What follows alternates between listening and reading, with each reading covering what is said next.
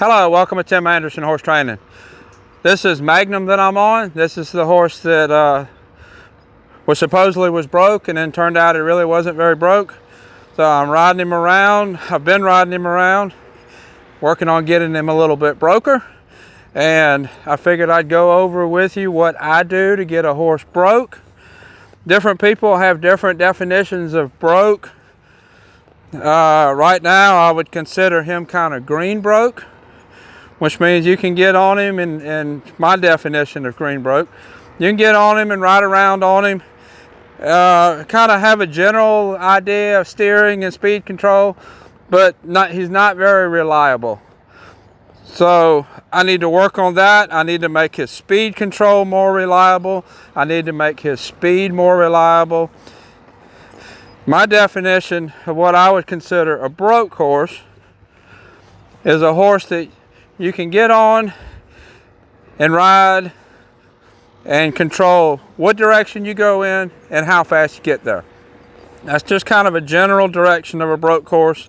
Not really trained to do anything specific, just kind of generally broke so that you can get on him and control what direction you go in and how fast you get there. Put in the comments below. Tell me what your definition of a broke horse is. Everybody has different ideas of what they consider to be a broke horse. Tell me in the comments what you consider to be a broke horse. So what I want to do is I want to make his speed control better. I want to make his steering better. So that's what I've been doing here, is just kind of walking around, pull him around, and then give him his head. Kind of tap him forward with my feet a little bit, ask him to go forward, change directions, give him his head.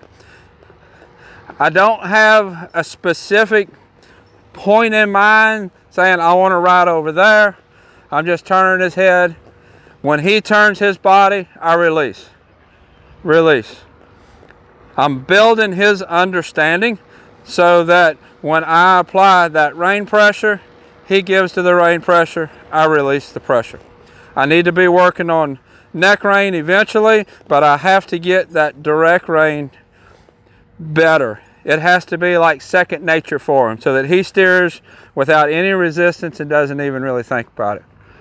I need to be working on neck rein eventually, but I have to get that direct rein better. It has to be like second nature for him, so that he steers without any resistance and doesn't even really think about it.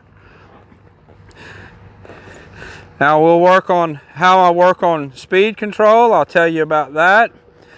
I kind of work the two together. As you see, I'm trying to bump a little bit with my legs, tell him to go forward. And then when he starts a decent walk, then I'll relax my legs. So get a decent walk and then relax. Change directions, walk, relax. Just kind of build that into him. It's really basic stuff. Change directions, walk, walk, and relax. I want to get that to be like second nature to him. One of the things that I pay really close attention to is his ears. I always pay close attention to the horse's ears when I ride. If they're flopping around or flicking around and coming back on me once in a while, or relaxed, like right there, his ears are forward looking at that horse, I'm going to change directions. That right ear come back, both ears kind of relaxed. Anytime his ears lock forward, I'm going to change directions. I'm going to do something to say, hey, pay attention. I'm not going to let his attention focused on something besides me for very long.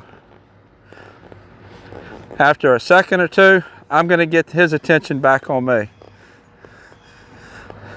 So let's see what we can get for a trot.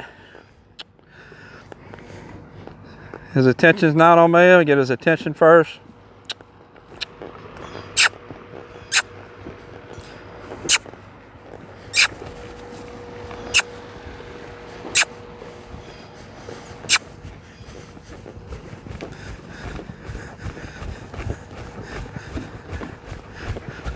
Not too bad. I'm going to keep a light contact on his mouth. I'm not going to really hold him back. I'm going to get soft on his mouth when he's doing good, when he's doing what I ask him to do.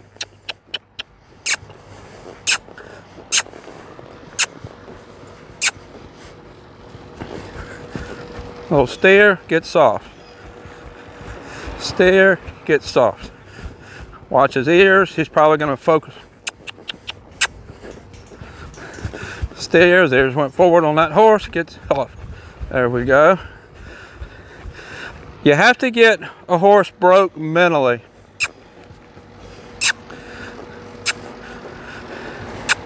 Broke is more a mental state of mind for the horse than a physical state of mind. He physically is letting me get up here and do all this stuff. To me, green broke is kind of a physical thing. You can get on the horse and kind of generally physically do what you want. But to get a horse broke, that's a mental thing. He has to mentally be willing to do what I ask him to do.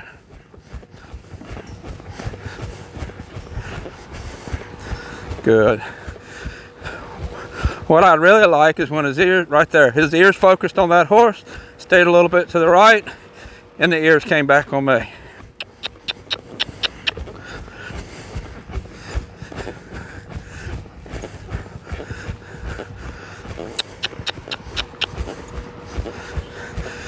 At this point, when you have a green broke horse and they're not really steering, it's not so much a physical thing that you see it because they physically don't go the direction you want to go in, but it's a mental thing.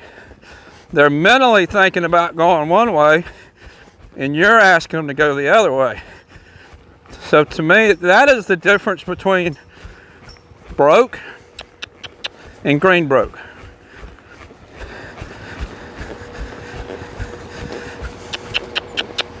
Green broke means you can get on him and do the parts. Mentally, it means that his mind is there and willing for you to get on him and do the parts. His mind right there is kind of sliding to the right a little bit when I steer to the left. So let's talk about some of the things that a green horse does that I'm going to do to fix those things. So if I'm asking him to steer to the left and he slides to the right, I'm going to lift and steer harder in the direction that I'm wanting to go. Not really going to pull harder. I'm just going to make a sharper turn, and I'm going to make it by lifting my hand. So if I ask him to go right and the horse magnet is kind of pulling him to the left, I just lift and steer. So let's try that. Let's see how that goes.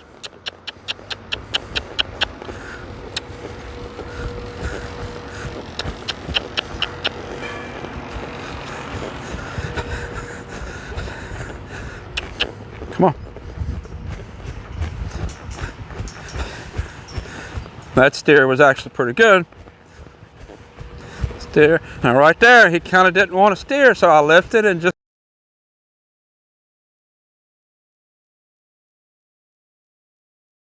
kind of turned 90 degrees. That was a good example there. I asked for a steer soft and easy. I'm always going to ask like I want my end result to be. Get soft, steer. There, and that was a better steer with a softer hand. I'm still riding him off of the halter. That's something I do with a lot of horses that seem to don't really understand the pull of their face, or a horse that I know is going to kind of pull the other way. I don't want to be pulling on their face to go one way when mentally they're thinking about going the other way. So let's work a little bit to the left.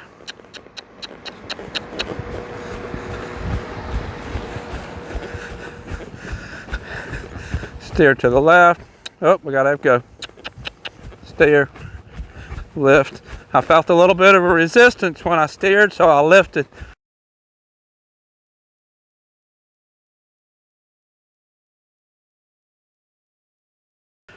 And then turned him a little more. Kept him going forward.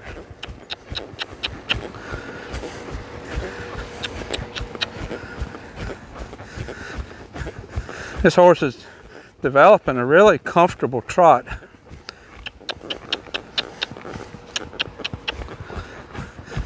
Steer right there. He's wanting to go right. I just steer to the left. Turn right. He's thinking about that horse. There we go. We got to keep going forward when we're steering. That's that mental thing. That's his attention. He's got to be able to focus his attention on going and steering.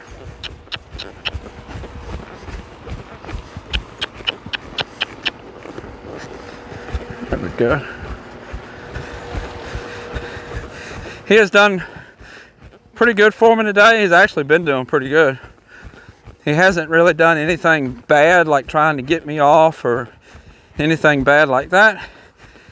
He just needs saddle time. He needs this to go ahead and get him broke. Get his mind broke. Get his mind more willing to do what I ask him to do.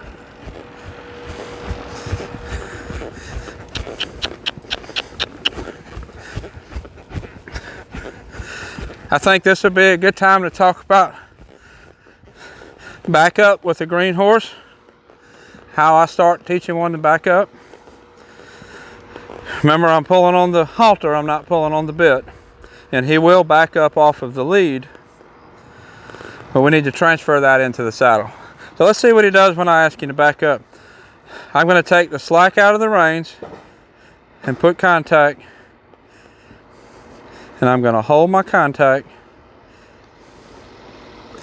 And when his foot, I put enough, there we go. I put enough contact that he was looking for an answer. His head started coming around, he started looking for an answer. See, I can put contact right there, but he's not really looking for an answer. I could yank back really hard, and then I'm pulling so hard that he can't think about an answer. So I want to put enough contact that he's looking for an answer, but not so much contact that he can't think about the answer. Fly bothering him and reward. Good boy. Let's get another step. I kind of set my hands here at the front of the saddle. Good boy. Just to kind of set him still in case he pulls on me. I can kind of hold him still so he's not going to get slack.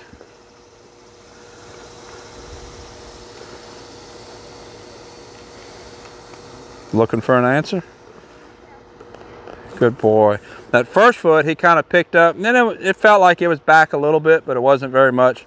I waited for that other step to go ahead and give me a little more back. If this would have been the first time that I asked him to back up, I might would have rewarded that second step. But he's done this enough that I know he can give me a little more. There we go. Good boy. Now I'm going to reward each step, but I'm going to start asking for the step just a little bit sooner.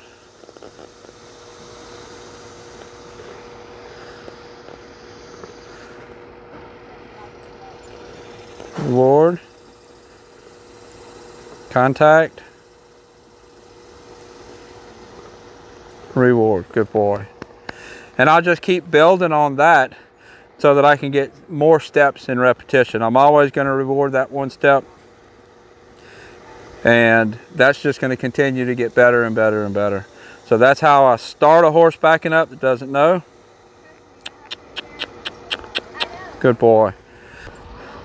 I try to ask for my legs to walk off at a walk. So if I want to walk, I just kind of get my legs a little active and just kind of start riding. If the horse doesn't walk off, I'll give a little tap and a little tick. I really want that tick sound to mean trot, but in the beginning, sometimes I have to use it to walk.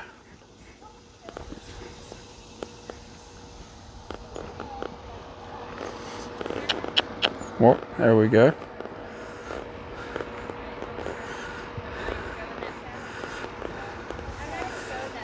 So if you want to see the videos of what I started with him, he was kind of a handful when I first started. I'll put that video up here. And if you want to see some more training videos, I'll put those up here too. Until next time, thank you for watching.